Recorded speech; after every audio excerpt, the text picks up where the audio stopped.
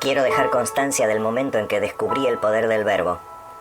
Fue hace muchos años, precisamente en 2020, cuando una mañana como cualquier otra, me di cuenta de que el tiempo había amanecido confundido. Porque en lugar de soplar a favor de los seres humanos, en lugar de ser el aliado que siempre había sido para cada uno, tal como lo habíamos conocido, comenzó a gritar amenazas, temores, insultos y blasfemias en un idioma oscuro, lleno de imprecisiones que nos amenazaba con la vida congelada en la crueldad y la frialdad del tiempo en infinitivo.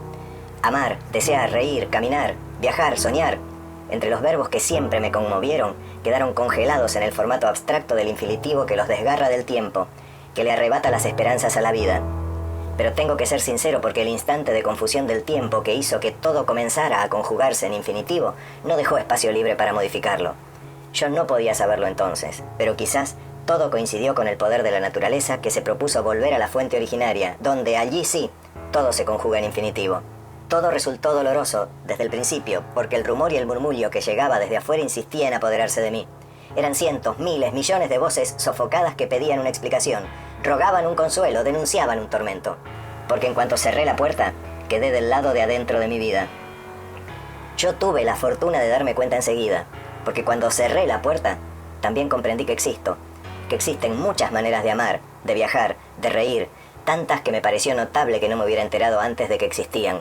Fue hace muchos años, solamente en 2020, cuando el tiempo comenzó a ignorarnos y abandonarnos, convirtiéndose en un amo tiránico y presuntuoso, convencido de ser quien diseña nuestras vidas, olvidándose en su soberbia que sin nuestra ayuda nunca hubiera existido, porque fuimos los humanos los que le dimos vida al tiempo. Por esa razón, llamamos a una revuelta para quitarle el poder al tiempo, para destronarlo. Y entonces hubo una salida para el horror, porque decidimos abolir el infinitivo, vivir en el tiempo que deseáramos, pero vivir en un tiempo conjugado por la vida con mayúsculas. En este momento, después de tantos años, me doy cuenta del valor que tuvimos, porque juntos conseguimos extirpar el infinitivo de nuestra vida.